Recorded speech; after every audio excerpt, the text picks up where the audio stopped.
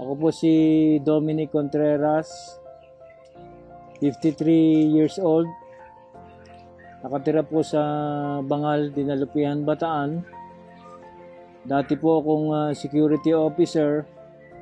Nagtatrabaho po ako sa Olongapo City. Ako po si Evelyn Contreras, 47 years old po ako. Isa po akong ina ng 6 na anak. Naglalabandera lang po ako sa ngayon. Nagtitinda, nagmamanicure.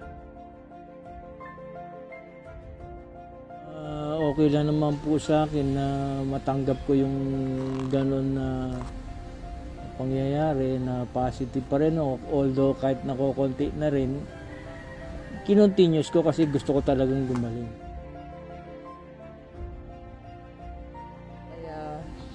Kung sa iba siguro mag-iisip bakit kailangan namin ng isang pamilya.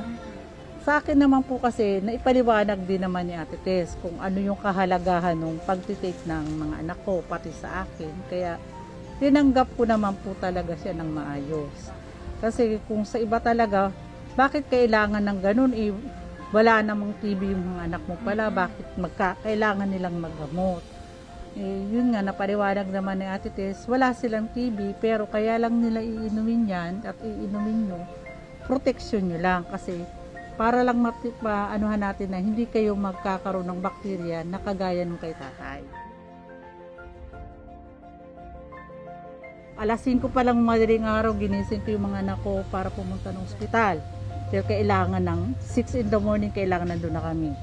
Kaya sabi ko nga, parang kami lang yata at tumanggap. Opo, sa dami po ng naging ano nila nung time na yon, parang tayo lang ang gumawa. Bakit ganun? Parang wala ba silang pag-iisip para sa pamilya nila, di ba? Ako naman kasi ma'am, ang inisip ko rin, siyempre sa mga anak ko. Bali, yung ginagawa ni Ate Tess sa akin, every month, pinakukuha niya sa akin. Tinatawagan niya ako, Evelyn, may time ka ba? Saglitin mo na to dito kasi kailangan na. Araw na lang, mauubos na yung gamot mo. Yung gamot yung mag-iina. Tsaka, sa kanya po kasi nasa health center din. Pagka nauubos yun, bababa kami ng saka doon, kukuha para monthly po. Every month po. Para, kasi sabi ni Ate Tess, kung ibibigay ko nga daw niya ng buo, syempre, inaano niya, hindi niya mamomonitor.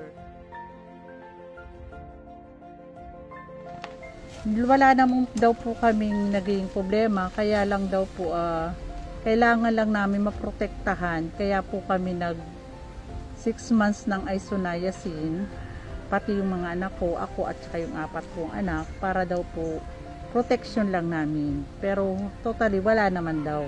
Kasi cleared naman lahat yung x-ray at laboratory. Ang pwede kong masabi sa kanila, gawin nila, subukin nila kasi para sa kaligtasan ng mga anak nila. Hindi lang pansarili. Kasi syempre po, kumbaga sa isang pamilya, bago magulang ang mga anak, di ba? So, kung ikaw bilang magulang, sinisafety mo yung sarili mo, kailangan isafety mo rin yung mga anak mo. Yun yung isang pwede mong ibigay sa kanilang halimbawa na para gawin nila yung dapat na yung mga ginawa namin. Kasi kaming mag-asawa talagang pupunta kami ng Dinalupihan, punta kami ng ganito, tapos pagkagayari, sabi nila, balik kayo ng ganito, dali nyo yung mga bata ng ganun. Kahit hindi pa allowed na bumiyahe, ilabas yung mga bata, nilabas namin sila para lang doon sa ganun. Kung meron po kayong nararamdaman sa katawan ninyo, lalo na sa paghinga ninyo, o nararamdaman nyo yung inuubo kayo, pakonsulta na kayo kaagad. Libre naman yung consultation eh. At saka yung ibibigay sa inyong gamot, libre naman. Hindi nyo naman bibilin dahil nasa center na eh. Kailangan nyo lang kasi take kayo ng panahon.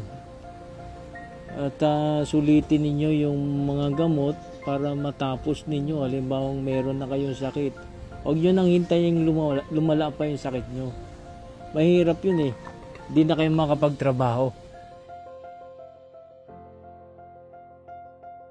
Ang Pamilyang Contreras ay TV free.